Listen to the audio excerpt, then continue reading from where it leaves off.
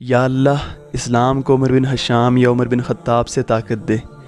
اللہ تعالیٰ نے کیا خوب عمر بن خطاب کو چنا۔ تاریخ اسلام نے ہزاروں جرنیل پیدا کیے، لیکن دنیا جہاں کے فاتحین سیدنا عمر فاروق رضی اللہ تعالیٰ عنہ کے سامنے طفل مکتب لگتے ہیں، اور دنیا کے اہل انصاف سیدنا عمر فاروق کی عدل پروری کو دیکھ کر جی کھول کر ان کی تعریف میں رطب اللساں ہیں۔ امیر شریعت سید عطا اللہ شاہ بخاری رحمہ اللہ نے ایک سوال کے جواب میں فرمایا تھا کہ عمر مراد رسول ہیں، یعنی دیگر صحابہ کرام مرید رسول، اور فاروق اعظم رضی اللہ تعالیٰ عنہ مراد رسول صلی اللہ علیہ وسلم ہیں۔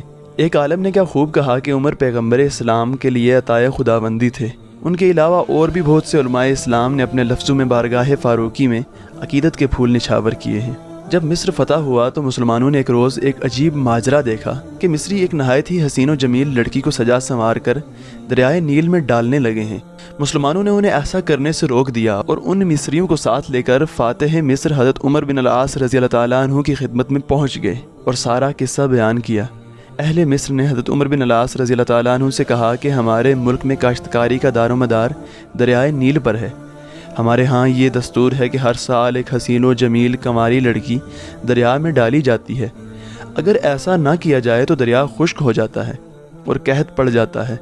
تاہم حضرت عمر بن العاص رضی اللہ تعالیٰ عنہ نے اس کی اجازت دینے سے انکار کر دیا اور اہل مصر کو سختی سے اس غیر انسانی ظالمانہ رسم سے روک دیا۔ اللہ رب العزت کی شان کہ وہ دریا واقعی میں خشک ہونا شروع ہو گیا۔ حضرت عمر بن العاص رضی اللہ تعالیٰ عنہ نے یہ سارا واقعہ حضرت فاروق اعظم رضی اللہ تعالیٰ عنہ کو لکھ بھیجا۔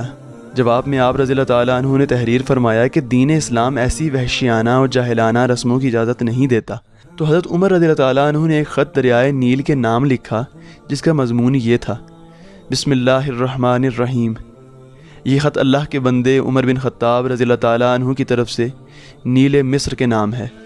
اگر تو اپنے اختیار سے جاری ہے تو بے شک جاری نہ ہو، لیکن اگر تو اللہ کے حکم و اختیار سے جاری ہوتا ہے تو پھر میں اللہ سے دعا کرتا ہوں کہ وہ تجھ کو جاری کر دے۔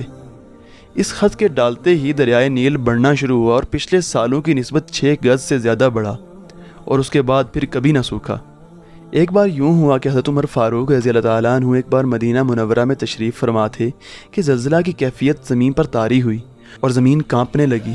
حضرت عمر کا دور تو مشہور تھا جس نے عدل و انصاف میں اپنے اور بیگانے کا فرق مٹا دیا۔ آپ نے درہ زمین پر مارا اور فرمایا، کیوں کانپتی ہے؟ کیا زمین تجھ پر عمر نے انصاف نہیں کیا؟ زلزلہ اسی وقت تھم گیا۔ زمین کا تھم جانا اس بات کی گواہی تھا کہ آپ نے انصاف کا حق ادا فرمایا۔